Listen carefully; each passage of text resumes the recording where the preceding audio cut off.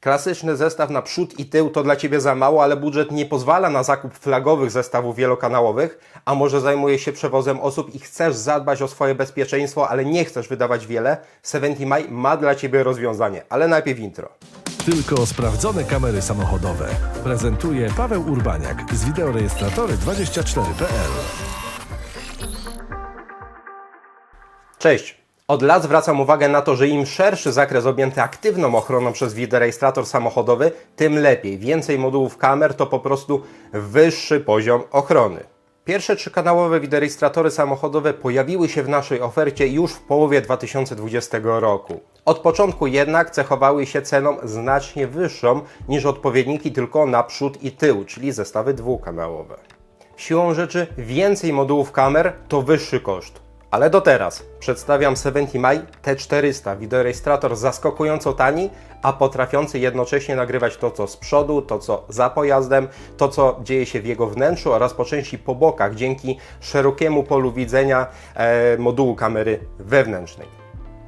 70mi T400 jest prawie dwukrotnie tańsza od kolejnego najtańszego modelu trzykanałowego w naszej ofercie. To wręcz zaskakująca dysproporcja cenowa, a co za tym idzie, można podejrzewać, że tak agresywnie wyceniony produkt będzie znacząco mniej funkcjonalny.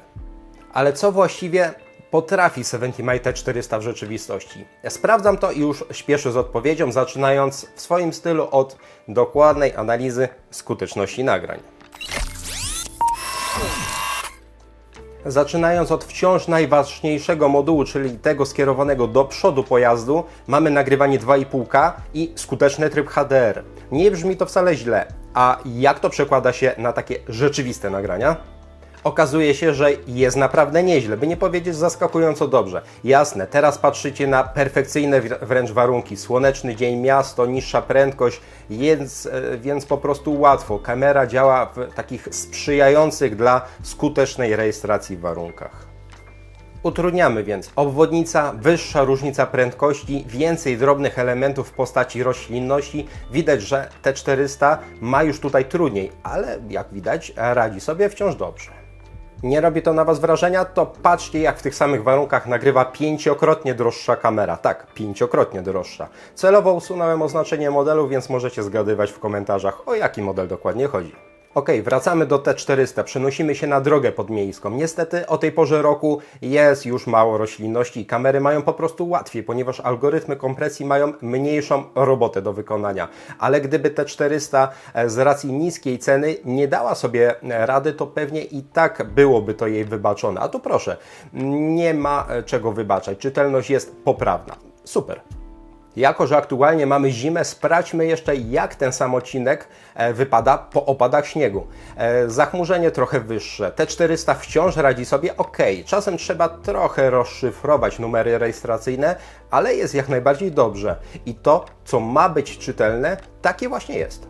Dla kontekstu, dotychczas najtańszy w ofercie zestaw trzykanałowy innej marki. Lepiej, ale należy mieć na uwadze, że cena jest prawie dwukrotnie wyższa od 70mi T400 i znowu możecie zgadywać w komentarzach, o jaki model konkretnie tutaj chodzi. Na zasadzie ciekawostki jeszcze teleobiektyw, czyli takie maksimum w kontekście osiągów kamer samochodowych jako punkt odniesienia, czyli jak już wspomniałem, taka czysta ciekawostka.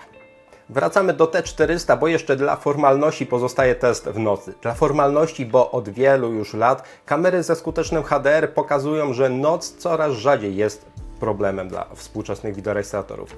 Jak widać, tak też jest w tym przypadku. Skuteczność również w tych warunkach ciemnych w nocy, w całkowitej ciemności jest jak najbardziej poprawna. Mając na uwadze wszystko powyższe, muszę przyznać, że 70mi T400 kolokwialnie mówiąc po prostu dowozi. A jak jest Twoim zdaniem? Skuteczność nagrań z T400 zaskoczyła Cię na plus, czy też wymagasz od wideorejestratora jeszcze więcej? Daj znać w komentarzu, co o tym sądzisz.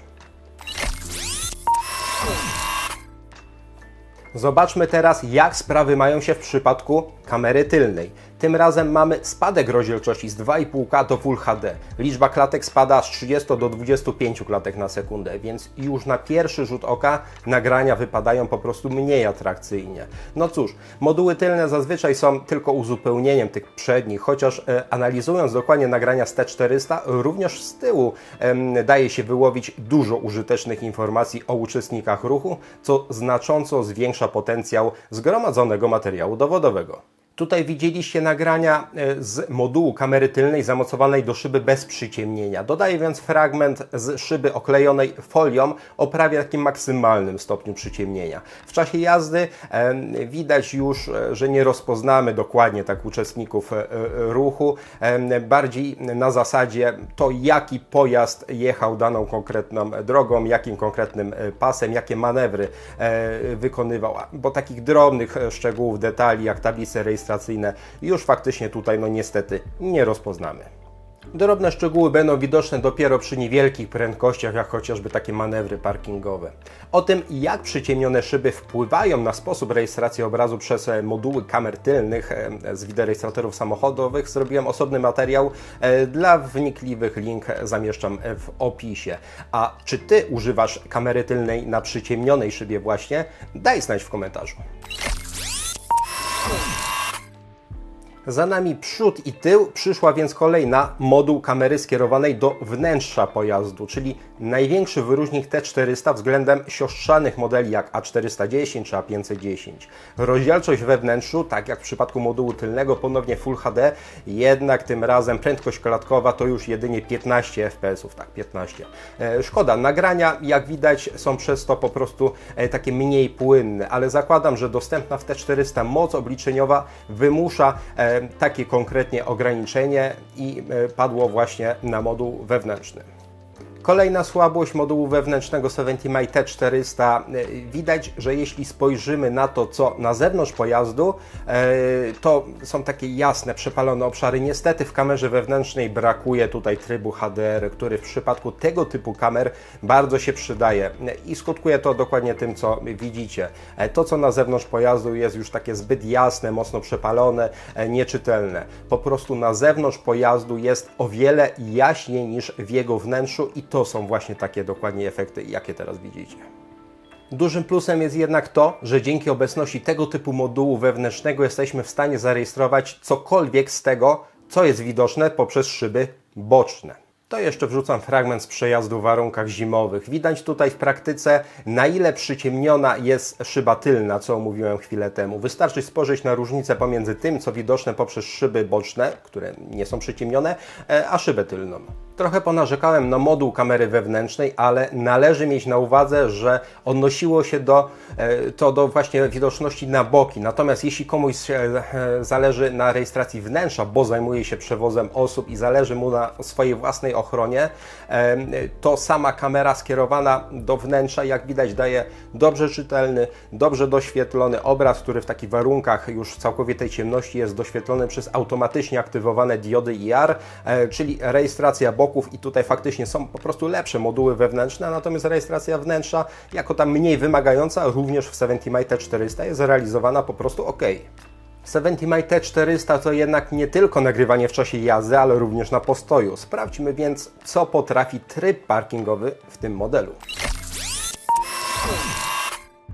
Monitorowanie parkingowe w przypadku 70mi T400 wymaga zapewnienia kamerze stałego zasilania. Do wyboru mamy adapter zasilania podłączany pod skrzynkę bezpieczników 70mi UP06.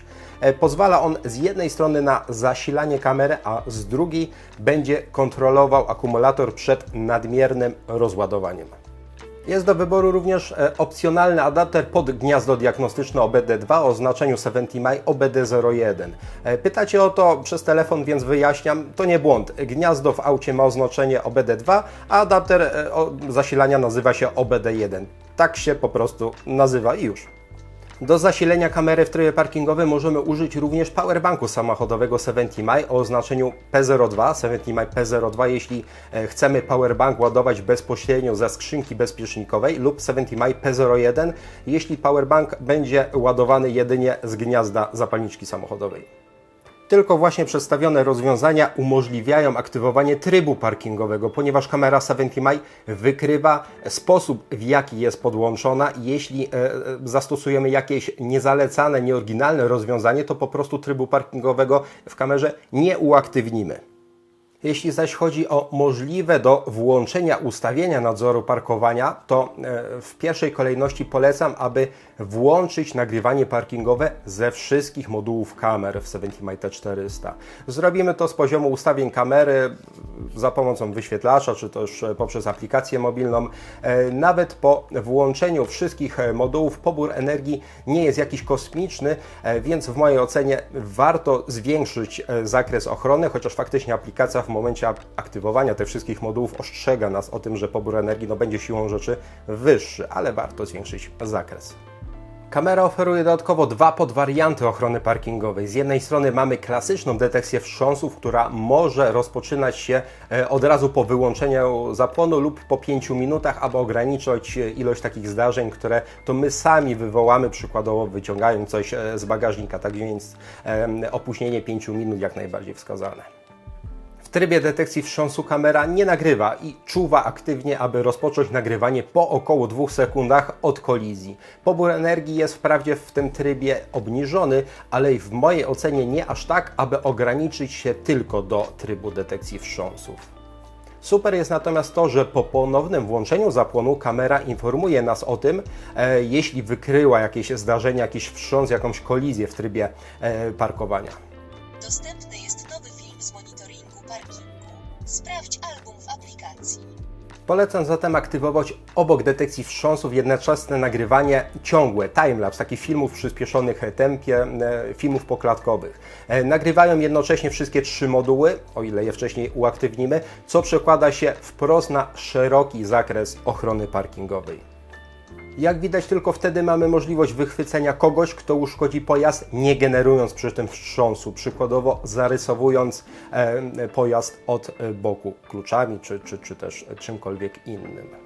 I to właśnie dlatego takie połączenie pasywnej detekcji wstrząsów z aktywnym nagrywaniem filmów poklatkowych jest zalecanym rozwiązaniem. Pobór energii jest wyższy, ale poziom ochrony również. A co jeśli to, co oferuje 70mi T400, jeśli chodzi o ochronę pojazdu na parkingu, to dla nas dalej zbyt mało? Można zawsze rozważyć dołożenie do chociażby wyżej pozycjonowanego, siostrzanego modelu tego producenta, czyli T800, ze wsparciem dla internetowej chmury. Linki do analogicznej do tej recenzji wrzucam naturalnie w opisie. Przeszliśmy przez omówienie podstawowych funkcji 70mi T400, czyli ochrony w czasie jazdy i ochrony w czasie postoju. Kamera, mimo swojej niskiej ceny, oferuje pewne ciekawe takie funkcje dodatkowe, które również wymagają omówienia.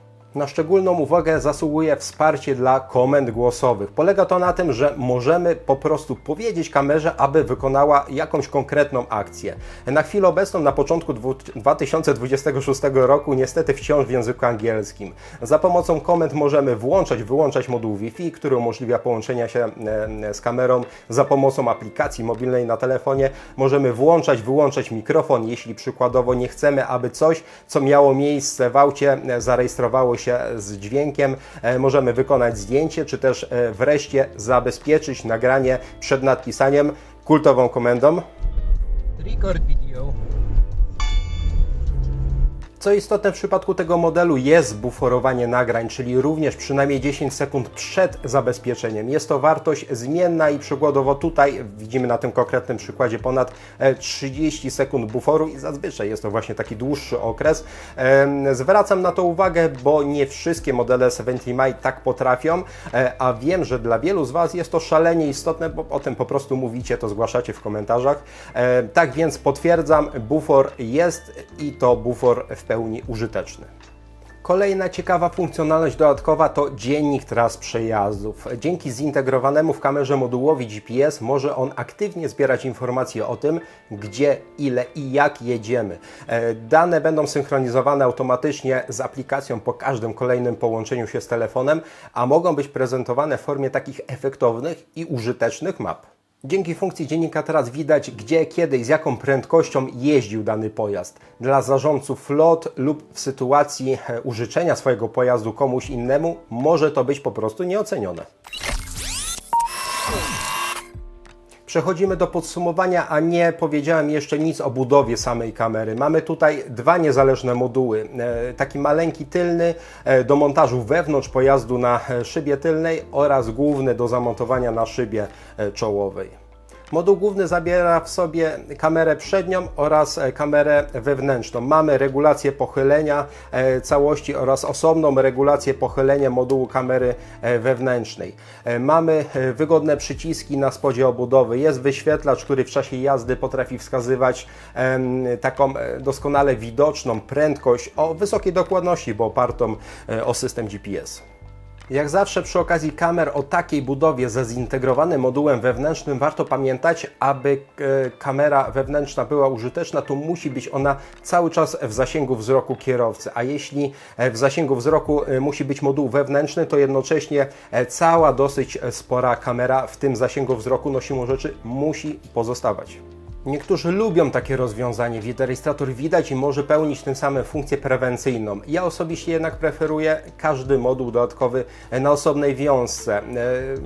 Są to wtedy takie moduły mniejsze, dyskretniejsze, przez co kierowca nie musi widzieć nic poza maleńkim okiem kamery wewnętrznej.